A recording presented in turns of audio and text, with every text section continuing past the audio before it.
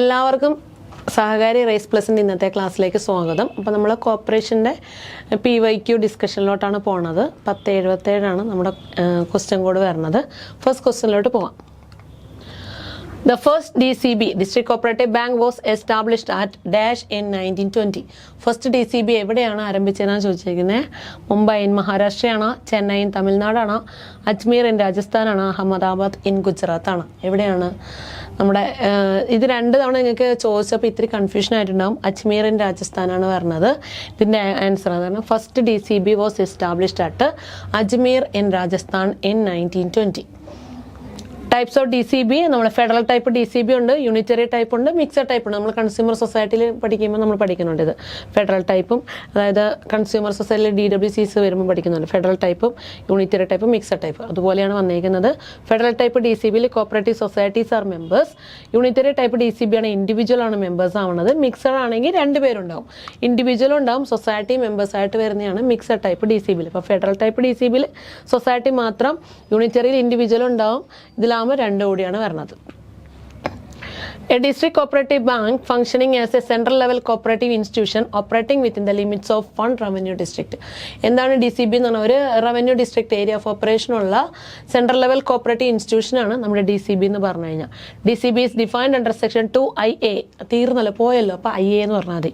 Defined in section 2IA of KCS act. നമ്മുടെ 1904 ആക്ടും 12 ആക്ടും ഉണ്ട്. അപ്പം നമുക്ക് എല്ലാത്തിനും, അതായത് അപ്പെക്സ് സൊസൈറ്റി, സെൻട്രൽ സൊസൈറ്റിക്ക് എല്ലാം പ്രൊവിഷൻ കൊടുത്ത ഒരേ ആക്ട് മാത്രമേ ഉള്ളൂ. അത് 1912 ആക്ട് ആണ്. അപ്പം the 1912 act contains the provision regarding the constitution of central cooperative bank. 1912 act ആണ് provision regarding the constitution of central ബാങ്കിന്റെ കോൺസ്റ്റിറ്റ്യൂഷനായിട്ട് ബന്ധപ്പെട്ട പ്രൊവിഷൻ ഉണ്ടായിരുന്നത് 1912 ആക്ടിലാണ്. 4 ആക്ടിൽ ഇങ്ങനെ ഒരു പ്രൊവിഷൻ ഇല്ലായിരുന്നു. The earliest DCB in India was set up in Ajmer, Rajasthan, making an important milestone in cooperative banking history. Cooperative banking historyയിലെ ഒരു important mile stone ആയിട്ട് പറയുന്നത് നമ്മുടെ DCB, ഫസ്റ്റ് DCB അജ്മീർ രാജസ്ഥാനാണ്. ഫസ്റ്റ് സെൻട്രൽ കോപ്പറേറ്റീവ് ബാങ്ക്, ഇത് രണ്ടും മാറിപ്പോറുണ്ട്. First DCB Ajmer രാജസ്ഥാനും first central cooperative bank established in India was Jabalpur central cooperative bank founded in 1912. അപ്പോൾ ഫസ്റ്റ് DCB അജ്മീർ ചോദിക്കുമ്പോൾ ഫസ്റ്റ് സെൻട്രൽ കോപ്പറേറ്റീവ് ബാങ്ക് പറയുന്നത് ജബൽപൂർ സെൻട്രൽ കോപ്പറേറ്റീവ് ബാങ്ക് ആണ്, founded in 1912. During the formation of Kerala state, നമ്മുടെ Kerala state രൂപീകരണ സമയത്ത് Malabar central cooperative bank was the only central cooperative bank institution in the region.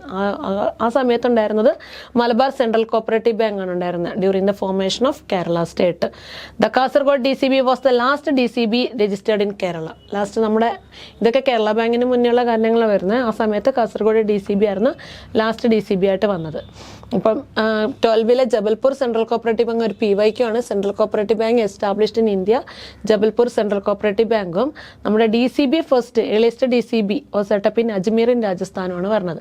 Question നോക്കിയാൽ നമ്മുടെ question Ajmer in രാജസ്ഥാനിലാണ് first DCB വന്നേക്കുന്നതാണ്. അപ്പോൾ സെൻട്രൽ കോപ്പറേറ്റീവ് ബാങ്ക് ചോദിക്കുകയാണെങ്കിൽ നമ്മൾ ജബൽപൂർ എഴുതണം. ഫസ്റ്റ് DCB ചോദിച്ചു കഴിഞ്ഞാൽ അജ്മീറാണ് പറഞ്ഞത്. CSEB 2 തവണ PYQ മാറി മാറി ചോദിച്ചതാണ്. Next, standing advisory committee of RBI as well as the rural credit survey committee, നമ്മുടെ സർവേ കമ്മിറ്റിയും റെക്കമെൻഡ് ചെയ്തിട്ടു. അതായത് നമ്മുടെ optimum size, in order to have an optimum size there should be only one central bank for every revenue district. ഓരോ revenue ഡിസ്ട്രിക്റ്റിലും ഓരോ central bank വേണമെന്ന് പറഞ്ഞിരിക്കുന്നത് standing advisory committee of reserve bank of ഇന്ത്യയും as well as rural credit survey committee recommend ചെയ്തിട്ടുണ്ടായിരുന്നു. The DCB is the implementing agency for the Integrated Cooperative Development Project. ICDPയുടെ implementing agency ആയിട്ട് DCB പ്രവർത്തിക്കുന്നുണ്ടായിരുന്നു. DCB and KSEB are അത് Kerala state cooperative bank permitted to issue loan to individual in March 1983. ഇത് പഴയ DCB ഉള്ളപ്പോഴുള്ള കാര്യങ്ങളാണ് പറയുന്നത്. ചില question പേപ്പറിൽ ഇത് റിപ്പീറ്റ് ചോദിക്കുന്നതുകൊണ്ടാണ് ഈ ഏരിയയിലോട്ട് ക്വസ്റ്റ്യൻസ് ഇട്ടേക്കുന്നത്. ഇത് PYQ ആണ് നമ്മുടെ. അപ്പോൾ അത്രയുമാണ് നമ്മുടെ DCB ആയിട്ട് വന്നത്. അതിൽ നിങ്ങൾ ഫസ്റ്റ് DCB പഠിക്കുക, ഫസ്റ്റ് സെൻട്രൽ കോപ്പറേറ്റീവ് ബാങ്കും പഠിക്കുക കേട്ടോ. അപ്പം next, dash was the promoter of rural credit cooperatives in Germany. Rural എന്ന് പറയുമ്പോൾ തന്നെ 6 പഠിക്കുക. റൂറൽ കോപ്പറേറ്റീവ് എന്ന് പറഞ്ഞു കഴിഞ്ഞാൽ FW റേഫീസറാണ്. അപ്പോൾ ഓരോരാളെക്കുറിച്ച് നമുക്ക് പഠിക്കാം. ഓരോ ഓപ്ഷനും നമ്മളിപ്പോൾ ഡിസ്കസ് ചെയ്യുന്നതായിരിക്കും കേട്ടോ. അപ്പോൾ first, the 2 pioneers, credit cooperative movement start ചെയ്തതാണ് ജർമ്മനിയിൽ വരുന്നത്. അതുപോലെ നമ്മുടെ ഭൂപണയ ബാങ്കൊക്കെ വന്നത് ജർമ്മനിയിലാണ്. അപ്പോൾ അതിന് 2 പൈനിയേഴ്സ് എന്നറിയപ്പെടുന്നത് FW റേഫീസറും ഷൂൾസും ആണ് അവിടുത്തെ പൈനിയേഴ്സ് എന്നറിയപ്പെടുന്നത്. Frederick Frederick William Raffleson played a key role in the development of rural credit institution aimed at improving the economic condition of farmers in Germany. ജർമ്മനിയിലെ ഇക്കണോമിക് കണ്ടീഷൻ, അതായത് മണി ലെൻഡേഴ്സിനൊക്കെ അവരൊക്കെ വന്നിട്ട് ചൂഷണം ചെയ്യുന്ന കണ്ടപ്പോഴാണ് ഇവരുടെ ഇക്കണോമിക് കണ്ടീഷൻ വീക്കാണ്. കാരണം ഇവർക്ക് കൃഷി ഇറക്കാനും ഒന്നിനുള്ള സാമ്പത്തികമായ ബുദ്ധിമുട്ട് നേരിട്ടുകൊണ്ടിരിക്കുമ്പോഴാണ് റേഫീസൺ വന്നിട്ട് ഇമ്പോർട്ടൻ്റ് ആയ അവർക്കൊരു ക്രെഡിറ്റിൻ്റെ, അതായത് ഒരു വായ്പാ സംഘങ്ങളുടെ ആവശ്യകത ഉണ്ടെന്ന് മനസ്സിലാക്കിയിട്ടാണ് ഈ മേഖലയിൽ വായ്പാ സംഘങ്ങൾ കൊണ്ടുവന്നത്. അതാണ് Rural Credit Institution aimed at improving the economic condition of farmers in Germany. Born on 13th March 1818 in Westwald-Ham, Germany. Hamm in ജർമ്മനിയിൽ 1818 റേഫീസൺ ജനിച്ചത്. Known as the apostle of German cooperative movement. German cooperative movement apostle എന്നറിയപ്പെടുന്നത് FW Raiffeisen ആണ്. Propounded the principle each for all and all for each. നമുക്കറിയാം ഏറ്റവും കൂടുതൽ നമുക്ക് popular ആയിട്ടുള്ള ഒരു പ്രിൻസിപ്പിളാണ് each for all and all for each. അതാരുടെയാണെന്ന് വെച്ചാൽ FW റേഫീസൻ്റെ ആണ്. കാരണം നമ്മുടെ നിക്കോൾസൺ പോയിട്ട് പഠിക്കാൻ പോയപ്പോഴല്ലേ ഇതിനെക്കുറിച്ച് നിരീക്ഷിച്ചപ്പോൾ റേഫീസൻ്റെ മാതൃകയിൽ ചെയ്യണം എന്നുള്ളൊരാഗ്രഹത്തിലാണ് വന്നിരിക്കുന്നത്. അപ്പോൾ each for all and all for each റേഫീസൻ്റെ ഇതിലാണ് പറഞ്ഞത്. In 1849 Raiffeisen formed a credit society for the collect purchase of cattle for poor farmers. പാവപ്പെട്ട കൃഷിക്കാർക്ക് അവരുടെ കാറ്റിൽ പർച്ചേസ് ചെയ്യാൻ വേണ്ടിയിട്ട് ഒരു ക്രെഡിറ്റ് സൊസൈറ്റി എന്നുള്ള ആശയത്തിൽ 1849 റേഫീസൺ വന്നിട്ടുണ്ടായിരുന്നു. 1849 Raiffeisen formed a credit society for the collective purchase of cattle for poor farmers. Hence, FW Raiffeisen is correctly identified as the promoter of rural credit cooperatives in Germany. അതുകൊണ്ട് തന്നെയാണ് FW റൈഫീസിനെ rural credit കോപ്പറേറ്റീവ്സിനെ അതായത് പ്രൊമോട്ടറായിട്ട് നമ്മൾ കണക്കാക്കുന്നത്. കാരണം അവിടെയുള്ള ആ താഴേക്കിടയിലുള്ള ജനങ്ങൾക്ക് എല്ലാവിധത്തിലുള്ള സാമ്പത്തിക സഹായങ്ങളും നൽകി അവരുടെ കാർഷിക മേഖലയിൽ അവർക്കൊരു കൈത്താങ്ങായി നിന്നു. അതുകൊണ്ടാണ് പ്രൊമോട്ടറായിട്ട് അറിയപ്പെടുന്നത്. Hermann Schulz Delitzsch contributed primarily to the growth of cooperatives in urban and industrial areas rather than rural area. Rural ഏരിയയിൽ പ്രാമുഖ്യം കൊടുത്തിരിക്കുന്ന റേഫീസൺ ആയിരുന്നു. എന്നാൽ ഇതുപോലെ തന്നെ സ്മോൾ ആർട്ടിസൻസ് ഒക്കെ ഉണ്ടായിരുന്നു ഒരു അർബൻ ഏരിയയിലുള്ള ആൾക്കാരും. അവർക്കും ഒത്തിരി സാമ്പത്തിക ബുദ്ധിമുട്ടൊക്കെ നേരിട്ടപ്പോൾ ആ മേഖലയിൽ അവരെ ഒന്ന് ഉന്നമനത്തിന് വേണ്ടി പ്രവർത്തിച്ചതാണ് നമ്മുടെ ഷൂൾസ് എന്ന് പറഞ്ഞു കഴിഞ്ഞാൽ. Area of operation urban area ആയിരുന്നു. He was judge, later he became mayor in the native city Delitzsch. അപ്പം ഒരു എക്സാമിന് എപ്പോഴോ ചോദിച്ചിട്ടുണ്ട്. ഡെലിഷും ഷൂൾസും ഒക്കെ ഓപ്ഷനിൽ വന്നിരുന്നു. സ്ഥലത്തിൻ്റെ പേരാണ് ഡെലിഷ് എന്ന് പറഞ്ഞത്. അപ്പം ജഡ്ജായിരുന്നു. പിന്നെ he became mayor in the native city Delitzsch.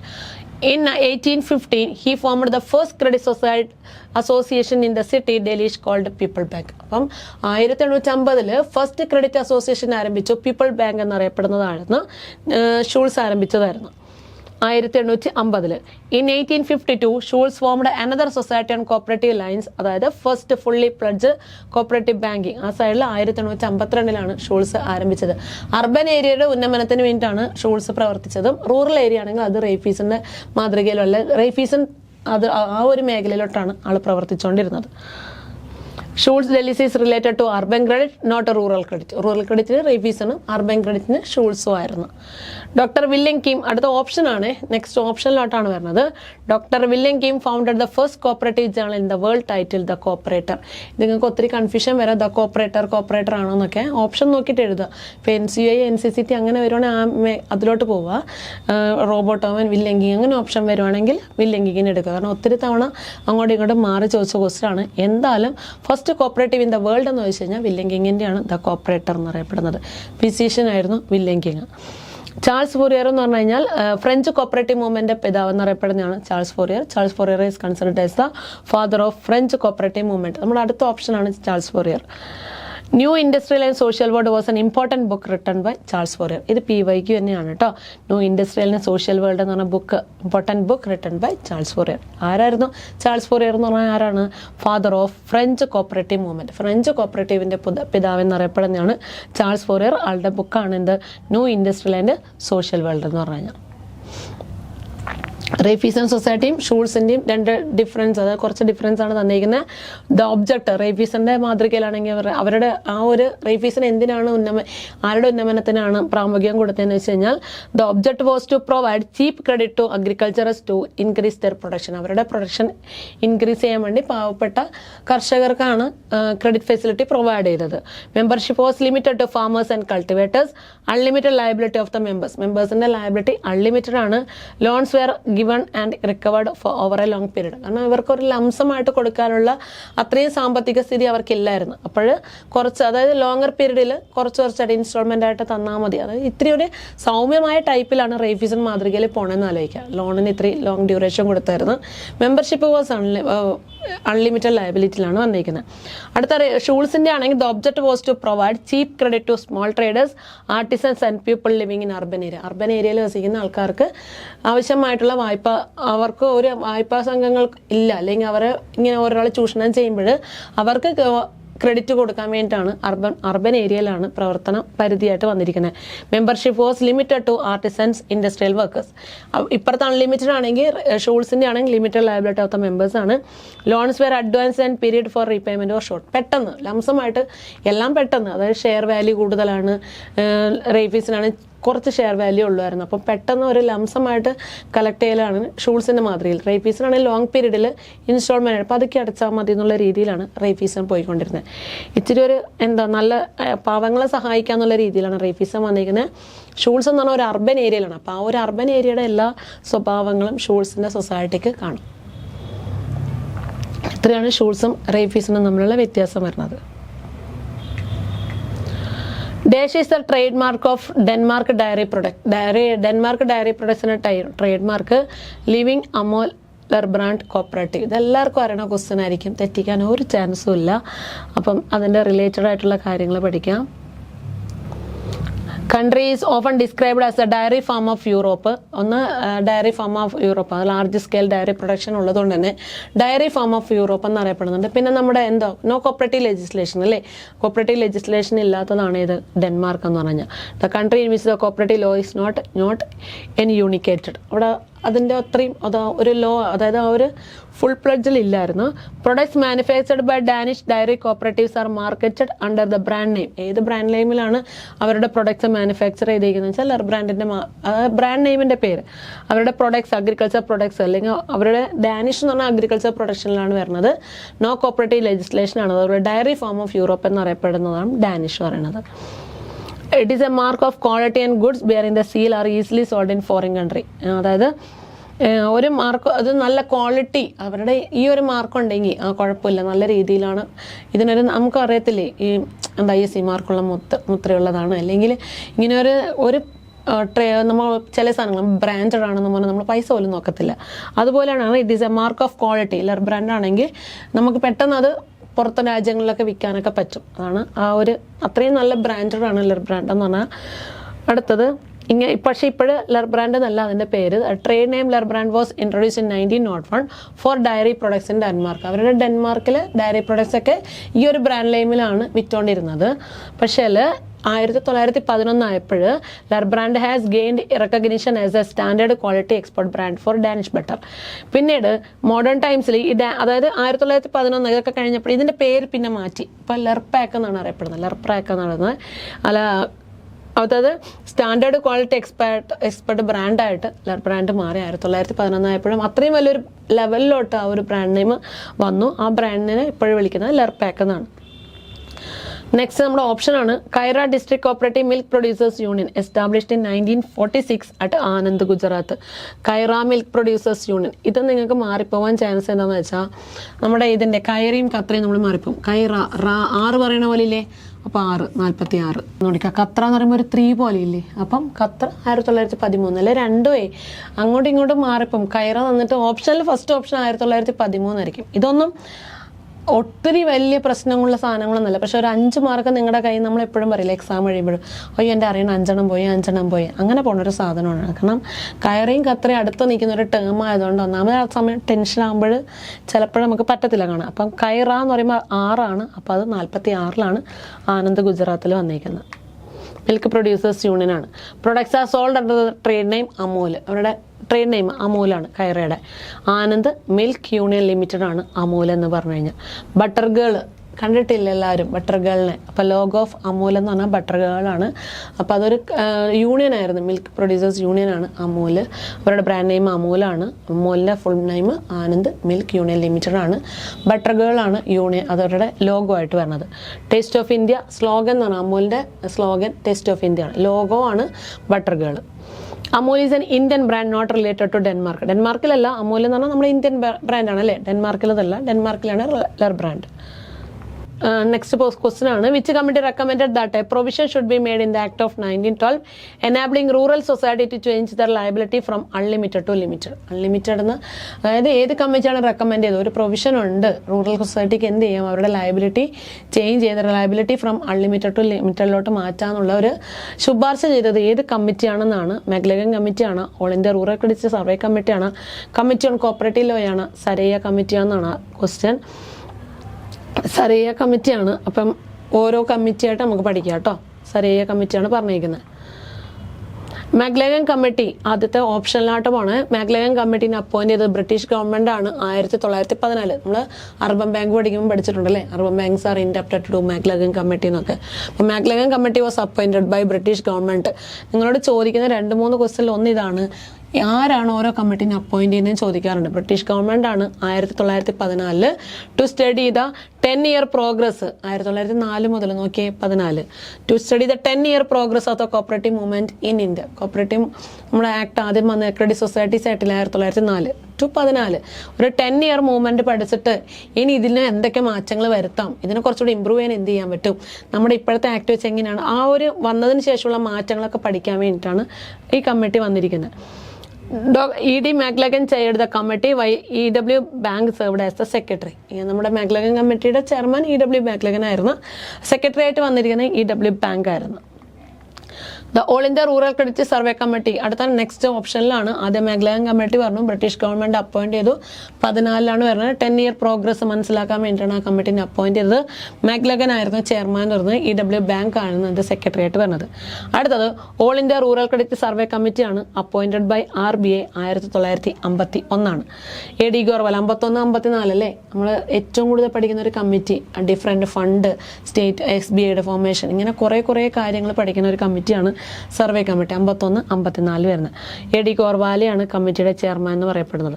All India rural credit survey committee submitted its report in the year 1954. 1951 appoint ചെയ്തു, 1954 റിപ്പോർട്ട് സബ്മിറ്റ് ചെയ്തു. കമ്മിറ്റി ഓൺ കോപ്പറേറ്റീവ് ലോ അടുത്ത നെക്സ്റ്റ് കമ്മിറ്റിയാണ്.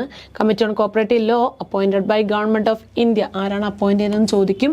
ഗവൺമെന്റ് ഓഫ് ഇന്ത്യ ആണ് committee on cooperative ലോയെ appoint ചെയ്തത് 1956 ചയർഡ് by S.T. രാജ. ആരാണ് അതിന്റെ chairman എന്ന് വെച്ചാൽ S.T. രാജ. ഇത് നിങ്ങൾ കുറേ തവണ PYക്ക് ചോദിച്ചാണ്. Law committee, S.T. രാജയുടെ law committee. To simplify the legislation and create a uniform law for cooperative across all state. എല്ലാ സ്റ്റേറ്റിനും വേണ്ടി ഒരു യൂണിഫോം ലോ വേണമെന്നൊക്കെ പറഞ്ഞിട്ടുള്ള ഒരു റെക്കമെൻഡേഷനാണ് ഈ S.T. രാജ കമ്മിറ്റിയുടെ ഭാഗത്തു നിന്നും ഉണ്ടായിട്ടുള്ളത്. Saraiya was the chairman of cooperative planning committee. എപ്പോഴും നമ്മൾ പഠിക്കുന്നതാണ്. പ്ലാനിംഗ് കമ്മിറ്റിയുടെ ചെയർമാൻ സരയ്യാണ്. Saraiya was the chairman of cooperative planning committee. It was appointed by the British government 1945 Saraiya കമ്മിറ്റിനെ അപ്പോയിന്റ് ചെയ്തത്. It was appointed by British government in 1945. To draw up a plan of cooperative development was the term of reference of Saraiya committee. Next main recommendation of all India rural credit survey കമ്മിറ്റിയാണ്. ഓരോ കമ്മിറ്റിയുടെ recommendation, നമ്മളിപ്പോൾ ഒരു കമ്മിറ്റിനെ appoint ചെയ്തതും ഇയറും മാത്രമേ പറഞ്ഞിട്ടുള്ളൂ. ഇനി detail ആയിട്ട് ഓരോന്നിൻ്റെ റെക്കമെൻഡേഷനിലോട്ട് പോകും. കുറച്ച് പോയിന്റാണ് ആഡ് ചെയ്തേക്കുന്നത്, റിലേറ്റഡ് ആയിട്ട് വരുന്നത്. അപ്പം ഒന്ന് സ്റ്റേറ്റ് പാർട്ട്ണർഷിപ്പാണ്. Recommended that the government contribute to share capital without exercising state control. നമ്മുടെ കോപ്പറേറ്റീവ്സിലൊക്കെ സ്റ്റേറ്റ് അതായത് കൺട്രോൾ അല്ല വരുന്നത്, അവരുടെ പാർട്ടിസിപ്പേഷൻ, അതായത് ഷെയർ ക്യാപിറ്റലിൽ കോൺട്രിബ്യൂട്ട് ചെയ്യണമല്ലോ, അവരുടെ പാർട്ടിസിപ്പേഷൻ മതി. ഇപ്പോഴും അങ്ങനെയാണല്ലോ അല്ലേ. അപ്പം ആ ഒരു വിധത്തിൽ അതാ ഒരു റെക്കമെൻഡേഷൻ കൊണ്ടുവന്നത്. സ്റ്റേറ്റ് പാർട്ണർഷിപ്പ് വേണം, ക്യാപിറ്റൽ കോൺട്രിബ്യൂഷൻ വേണം, പക്ഷെ അതൊരിക്കലും ഒരു സ്റ്റേറ്റ് കൺട്രോളിൻ്റെ ആ ഒരു തരത്തിലോട്ട് പോകരുതെന്ന് പറഞ്ഞിരിക്കുന്നതാണ് all India rural credit survey committee. Establishment of SBI ഏറ്റവും മേജർ റെക്കമെൻഡേഷനാണ്. Suggested nationalising the imperial bank. Imperial ബാങ്കിനെ നാഷണലൈസ് ചെയ്തിട്ട് എന്ത് ചെയ്യണം? To create state bank of India. SBIയുടെ ഫോർമേഷനും റെക്കമെൻഡ് ചെയ്തിരിക്കുന്നത് നമ്മുടെ സർവേ കമ്മിറ്റിയാണ്. ഇത് നിങ്ങൾക്ക് ഒത്തിരി തവണ ചോദിച്ചതാണ്. ക്രിയേഷൻ ഓഫ് വേരിയസ് ഫണ്ട്, ഓരോ ഫണ്ട്സിനെ കുറിച്ച് നമുക്കറിയാം. എന്നിട്ട് NCDCയുടെ അണ്ടറിലും നബാർഡിൻ്റെ അണ്ടറിലോട്ടൊക്കെ മാറിയിട്ടുണ്ട്, RBIയുടെ അണ്ടറിലുള്ളതൊക്കെ. അപ്പം ആ ക്രിയേഷൻ ഓഫ് വേരിയസ് ഫണ്ട്സ് എന്ന് പറഞ്ഞാൽ അങ്ങനെയൊക്കെ ഓരോ ഫണ്ട് ക്രിയേറ്റ് ചെയ്യണമെന്ന് പറഞ്ഞിരിക്കുന്നത് all India rural credit survey കമ്മിറ്റിയാണ്. Linking of credit with marketing. ഇപ്പം ഒരു ക്രെഡിറ്റ് സൊസൈറ്റിയും ഒരു മാർക്കറ്റിംഗ് സൊസൈറ്റിയും ഉണ്ടാവും. അപ്പം ഞാൻ ക്രെഡിറ്റ് സൊസൈറ്റി ലോൺ എടുക്കാൻ പോകുമ്പോൾ എന്നോട് ആ ക്രെഡിറ്റ് സൊസൈറ്റി പറയാണ്, നിങ്ങളുടെ അഗ്രികൾച്ചർ പ്രൊഡക്ട്സ് എന്തെങ്കിലും ഉണ്ടെങ്കിൽ നിയർ മാർക്കറ്റിംഗ് സൊസൈറ്റിയിൽ വിൽക്കണം എന്ന് പറഞ്ഞിട്ടുള്ളൊരു എഗ്രിമെൻ്റ് പുറത്താണ് എനിക്ക് ലോൺ തരുന്നത്. അപ്പം ഞാൻ എന്ത് ചെയ്യും, എൻ്റെ അഗ്രികൾച്ചർ പ്രൊഡക്ട്സ് എല്ലാം ഈ മാർക്കറ്റിംഗ് സൊസൈറ്റിയിൽ വിൽക്കും. അതുവഴി എന്താവും, അവരുടെ ആ ക്രെഡിറ്റ്, പിന്നെ മാർക്കറ്റിംഗ് സൊസൈറ്റി എന്ത് ചെയ്യും, ആ പൈസ ക്രെഡിറ്റിലോട്ട് പോകും. അപ്പം ഇവിടെ ഒരു ക്രെഡിറ്റ് സൊസൈറ്റിയും ഇവിടെ ഒരു മാർക്കറ്റിംഗ് സൊസൈറ്റിയും, ഇവിടെ ഒരാൾ ലോൺ എടുക്കാൻ വരുന്നത്. ഇങ്ങോട്ട് വരുമ്പോൾ പറയുകയാണ് നിങ്ങളുടെ പ്രൊഡക്ട്സ് എല്ലാം ഇത് എന്ത് ചെയ്യും, മാർക്കറ്റിങ്ങിൽ പോകണം, സൊസൈറ്റിയിൽ വിൽക്കണം എന്ന് പറയുന്നത്. അപ്പോൾ എന്ത് ചെയ്യും, ഈ വിൽക്കുമ്പോൾ ഈ ഫണ്ട് നേരെ ക്രെഡിറ്റിലോട്ട് പോകും. അതുവഴി എന്ത് ചെയ്യും, ഓവർഡി കാണത്തില്ല. ആ രീതിയിൽ linking of credit with marketing ശുപാർശ ചെയ്തത് നമ്മുടെ സർവേ കമ്മിറ്റിയാണ്. Formation of large sized credit society. നമുക്ക് ലാർജ് സൈസ്ഡ് ക്രെഡിറ്റ് സൊസൈറ്റിയാണ് വേണ്ടതെന്ന് പറഞ്ഞത് നമ്മുടെ സർവേ കമ്മിറ്റിയാണ്. പക്ഷെ വേണ്ട, ലാർജ് സൈസിലുള്ള സൊസൈറ്റി വേണ്ട, നമുക്ക് സർവീസ് കോപ്പറേറ്റീവ് ബാങ്കിൻ്റെ രൂപത്തിൽ വേണമെന്ന് നാഷണൽ ഡെവലപ്മെൻറ്റ് കൗൺസിൽ NDCയുടെ ശുപാർശ പ്രകാരമാണ്. അപ്പം ലാർജ് സൈസ്ഡ് വേണമെന്ന് പറഞ്ഞത് സർവേ കമ്മിറ്റിയാണ്. വേണ്ട സർവീസ് കോപ്പറേറ്റീവ് ബാങ്ക് മതി എന്ന് പറഞ്ഞത് NDC ആണ്, നാഷണൽ ഡെവലപ്മെൻറ്റ് കൗൺസിൽ. പിന്നെ ക്രോപ്പ് ലോൺ സിസ്റ്റം, നമ്മൾ ആൾക്കാർക്ക് ഈ ക്രോപ്പ് ലോൺ സിസ്റ്റം മാതൃകയിൽ കൊടുത്തു കഴിഞ്ഞാൽ അവരുടെ ആ ഒരു സീസണൽ അഡ്വാൻറ്റേജ് നമുക്ക് നേടാൻ പറ്റും. അപ്പം നമ്മളിപ്പോൾ സാധാരണ ലോൺ കൊടുക്കുമ്പോൾ അവരുടെ ആ ഒരു സീസൺ അനുസരിച്ചല്ല കൊടുക്കുന്നതെങ്കിൽ അത് ചിലപ്പോൾ ആ ഒരു ഹാർവെസ്റ്റിംഗ് ടൈമോ അതൊക്കെ ഡിപ്പെൻഡ് ചെയ്താണ് അവരുടെ ആ ഒരു ഏർണിംഗ് കപ്പാസിറ്റി നടക്കണം. അപ്പോൾ അതിനനുസരിച്ച് ലോൺ കൊടുക്കണം, സീസണിനനുസരിച്ചിട്ട് ലെൻഡ് ചെയ്യണം, സീസണിനനുസരിച്ച് റിക്കവർ ചെയ്യണം. അതൊക്കെയാണ് ക്രോപ്പ് ലോണിൻ്റെ ഫീച്ചേഴ്സ് എന്ന് പറഞ്ഞാൽ. അപ്പോൾ അതൊക്കെ കൊണ്ടുവന്നത് സർവേ കമ്മിറ്റിയുടെ ശുപാർശ പ്രകാരമാണ്. അപ്പം സ്റ്റേറ്റ് പാർട്ണർഷിപ്പ് വേണമെന്ന് പറഞ്ഞു, SBIയുടെ എസ്റ്റാബ്ലിഷ്മെൻറ്റ് പറഞ്ഞു, വേരിയസ് ഫണ്ട് ക്രിയേറ്റ് ചെയ്യാൻ പറഞ്ഞു, linking of credit with marketing ശുപാർശ ചെയ്തു, formation of large credit society വന്നിട്ടുണ്ടായിരുന്നു, ക്രോപ്പ് ലോൺ സിസ്റ്റം. ഇതൊക്കെയാണ് നമ്മുടെ സർവേ കമ്മിറ്റിയുടെ മേജർ റെക്കമെൻഡേഷൻ. എല്ലാം ഇതിൽ ഉൾക്കൊള്ളിച്ചിട്ടില്ല, മേജർ റെക്കമെൻഡേഷൻ ഇതൊക്കെയാണ് പറഞ്ഞത്. അടുത്തത് main recommendation of committee on cooperative law ആണ്. കമ്മിറ്റി സബ്മിറ്റഡ് റിപ്പോർട്ട് ടു 2 വോളിയായിട്ട്, നമ്മുടെ നേരത്തെ സർവേ കമ്മിറ്റിയാണ് 3 വോളിയത്തിലാണ്, ഈ കമ്മിറ്റിയുടെ റിപ്പോർട്ടാണ് 2 വോളിയത്തിലാണ് വരുന്നത്. Volume 1 model cooperative bill and rule, പിന്നെ വോളിയം 2 2 വോളിയായിട്ടാണ് അവരുടെ കമ്മിറ്റി റിപ്പോർട്ട് വന്നിരിക്കുന്നത്. Model bylaw for 11 different types of society, ഇങ്ങനെ 2 വോളിയമായിട്ടാണ് നമ്മുടെ കമ്മിറ്റി ഓൺ കോപ്പറേറ്റീവ് ലോയുടെ മേജർ റെക്കമെൻഡേഷൻ വന്നിരിക്കുന്നത്. Nominal members shall not have any voting right, PYQ ആണ്. നോമിനൽ മെമ്പേഴ്സിന് വോട്ടിംഗ് റൈറ്റ് ഉണ്ടാവാൻ പാടില്ല എന്ന് പറഞ്ഞിരിക്കുന്ന കമ്മിറ്റി ഓൺ കോപ്പറേറ്റീവ് ലോ ആണ്. Nominal members shall not have any voting right. Next, all state should set up tribunal, എല്ലാ സ്റ്റേറ്റും എന്ത് ചെയ്യണം, ട്രിബ്യൂണൽ വേണമെന്ന് പറഞ്ഞിരിക്കുന്നത്. ഇത് നിങ്ങളുടെ പ്രീവിയസ് ആണ്. ട്രിബ്യൂണൽ വേണമെന്ന് പറഞ്ഞിരിക്കുന്നതും നമ്മുടെ ലോ കമ്മിറ്റിയാണ്.